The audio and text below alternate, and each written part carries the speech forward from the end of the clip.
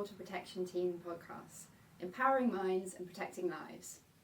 I'm here with my colleague Samina Munir, and I'm going to ask her some questions about LPAs. Samina, what are LPAs and what are the types available? Sure, Gemma. You can appoint an attorney to act on your behalf in relation to health decisions or property decisions. Examples of property decisions may include dealing with bills, buying and selling properties, and dealing with your tax affairs. A health and care attorney will be permitted to make decisions about your health and care, such as residence. The signed LPA becomes legally valid once it has been registered with the Office of the Public Guardian.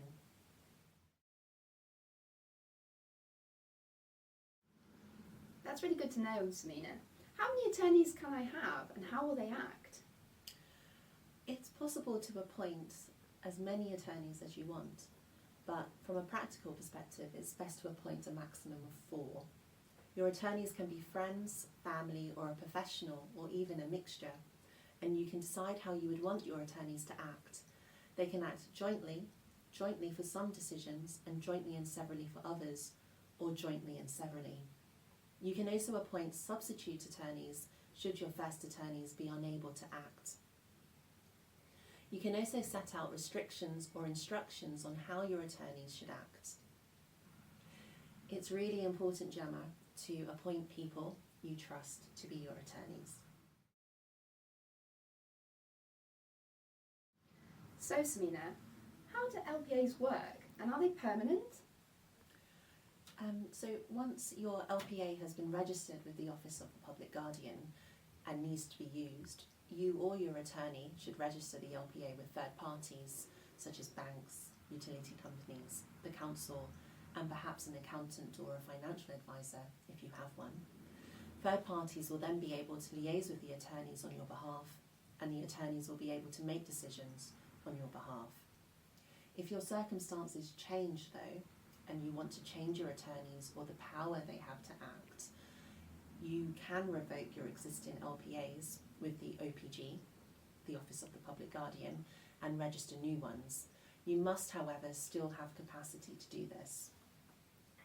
LPAs cease to have any legal effect on death. That's helpful, Samina. I hear LPAs are usually for older people. Should I still have one even though I'm in my 30s? Absolutely, Gemma. It's a good idea to have one. LPAs are akin to having insurance in place in case you lose mental capacity due to an accident or illness. It is important to prepare LPAs whilst you can because they cannot be made if you lack capacity. A property and affairs LPA is useful as you can authorise your attorney to act on your behalf even if you do have capacity. This is useful if you cannot physically carry out tasks such as going to the bank.